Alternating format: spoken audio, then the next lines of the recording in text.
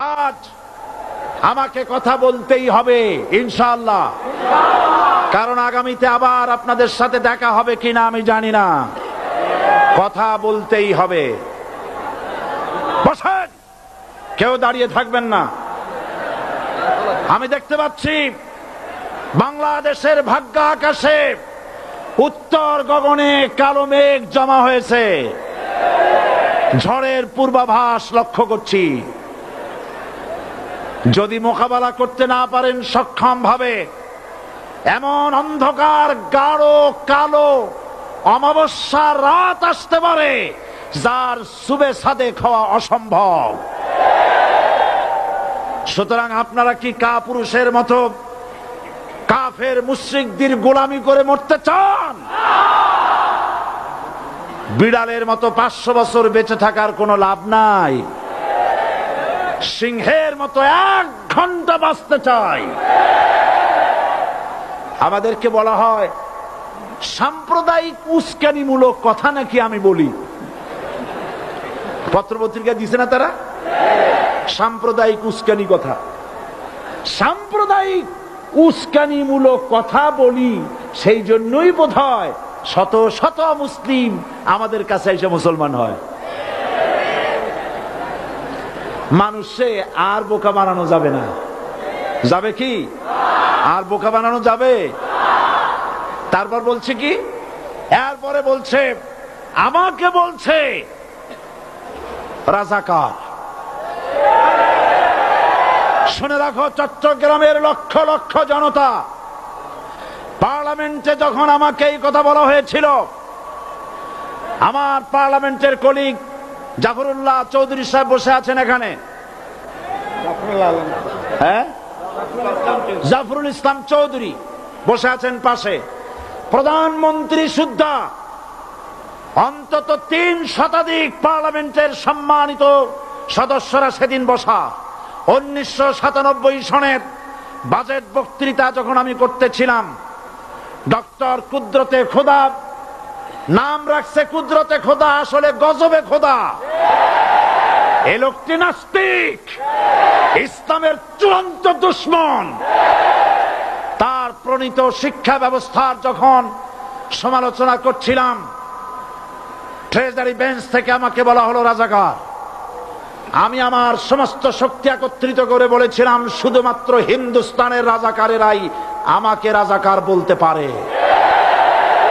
আমি বলেছিলাম 1973 সন পর্যন্ত আমি বাংলাদেশের কোন রাজনৈতিক দলের নেতা এবং কর্মী ছিলাম না। আমি রাজাকার নই।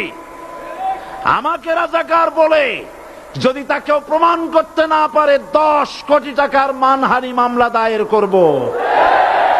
আমার এই বক্তব্য সারা দুনিয়া শুনেছে। পার্লামেন্টে আমার এই বক্তব্য রেকর্ড হয়ে আছে। সেদিন 3 শতাধিক পার্লামেন্ট মেম্বারের কেউ আমার চ্যালেঞ্জ গ্রহণ করেন নাই। যে কোনো ব্যক্তি পার্লামেন্টে গিয়ে আমার বক্তৃতা দেখে আসতে পারেন। এরপরে 1997 সনের 7ই অক্টোবর দৈনিক জনকণ্ঠ পত্রিকা যখন আমার বিরুদ্ধে লিখলো, সেই পত্রিকায় সাইদির ওপেন চ্যালেঞ্জ 8ম পাতা, 1997 7ই অক্টোবর, এত বড় 2 কলমে হেডিং। সেখানে আমি বলেছি বাংলাদেশের সকল সাংবাদিক, গোয়েন্দা বিভাগ, বাংলাদেশের সকল বুদ্ধিজীবীকে আমি আমার পিরোজপুরে আমন্ত্রণ করছি। আমার উপস্থিতিতে যদি কেউ প্রমাণ করতে পারে বাংলাদেশের স্বাধীনতা যুদ্ধের বিরুদ্ধে আমার কোনো ভূমিকা ছিল, সজ্ঞানে স্বেচ্ছায় জাতীয় সংসদের সদস্য পদ থেকে পদত্যাগ করব। 3 বছর পার হয়ে গেছে, আজ পর্যন্ত কেউ এই চ্যালেঞ্জের মোকাবেলা করে নাই। সুতরাং আমাকে যারা রাজাকার বলবে তারা পিতৃ পরিচয়হীন অবৈধ সন্তান। 1971 সনের, শোনো মুসলমানেরা, 1971 সনের কোন কাদা সাইদির গায়ে লাগে নাই। আমাকে রাজাকার বলে জনগণ থেকে বিচ্ছিন্ন করবা। জনগণ থেকে আমারে বিচ্ছিন্ন করা যাবে না, কারণ এই জনগণ আমার জন্য আসে না, এই জনগণ আসে আল্লাহর কোরআনের জন্য।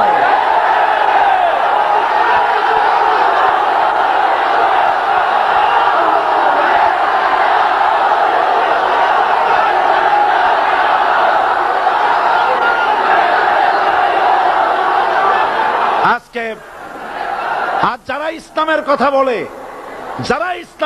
বলে, তারাই রাজাকার, তারাই মৌলবাদী। মৌলবাদী বললে আমরা অসন্তুষ্ট হই না, কারণ মৌলবাদী শব্দটা আসছে মূল থেকে। মৌল শব্দ এসেছে মূল থেকে। মূলবাদী তার মানে যারা মূলে আছে। মূল হলো কোরআন, মূল হলো হাদিস, মূল হলেন আল্লাহ, মূল হলেন আল্লাহ রসুল। আমরা আছি মূলে। এখন বলেন তো মূলের শক্তি বেশি না আগার শক্তি বেশি? আমাদের যারা মৌলবাদী বলে ওরা হলো আগাবাদী। মূলে আছে কত কোটি? 12 কোটি। মূলে আছে কত কোটি? আর আমাদের যারা মৌলবাদী বলে ওই থাকো গাছের আগায়, আমরা মূলে। লাফালাফি বেশি করবা না, 12 কোটিতে গাছের গোড়া আসতে নানা দেবে, মামু বাড়ি দিল্লি গিয়ে পড়বা, বাংলার জমিনে জায়গা হবে না। এ কথা বিশ্বাস করো। বাংলাদেশের মুসলমানদের শরীরে এক বিন্দু রক্ত থাকতে শয়তানের তৈরি করা ধর্ম নিরপেক্ষ মতবাদ বাংলার জমিনে কায়েম হতে দেওয়া হবে না, হবে না।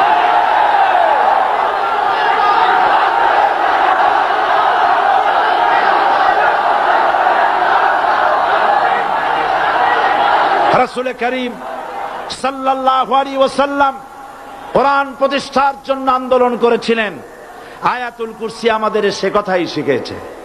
আল্লাহ রাব্বুল আলামিন বলেন, আল্লাহু লা ইলাহা ইল্লা হুয়াল হাইয়ুল কাইয়্যুম। প্রাণ খুলে পড়েন, আল্লাহু লা ইলাহা ইল্লা হুয়াল হাইয়ুল কাইয়্যুম। আল্লাহ হচ্ছেন তিনি, যিনি ছাড়া কোনো ইলাহ নাই, আইনদাতা নাই, বিধানদাতা নাই। আমরা মানুষের তৈরি করা আইন মানি না। 12 কোটি মুসলমানের দেশে আইন তৈরি করবে মানুষ, আমরা মানব না। পার্লামেন্টে তৈরি হতে হবে কোরআন দিয়ে, পার্লামেন্টে আইন তৈরি হতে হবে কোরআন দিয়ে। সুতরাং ভয় যতই পান আর যতই ষড়যন্ত্র করেন, 4 দল যখন একত্রিত হয়েছে, ঐক্যবদ্ধ থাকবে, সরকার ঐক্যবদ্ধভাবে গঠন হবে, নির্বাচন ঐক্যবদ্ধভাবে হবে এবং কোরআন হবে, আল কোরআনের পার্লামেন্ট হবে বাংলাদেশে।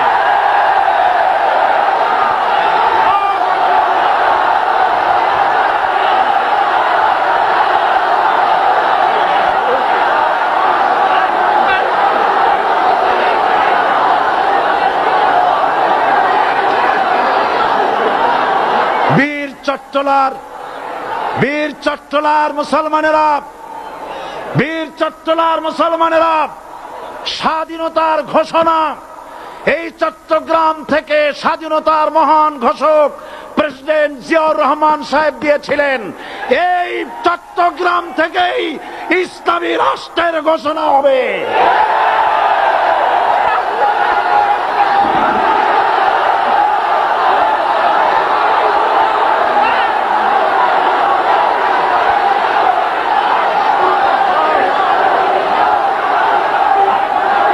আশাবাদী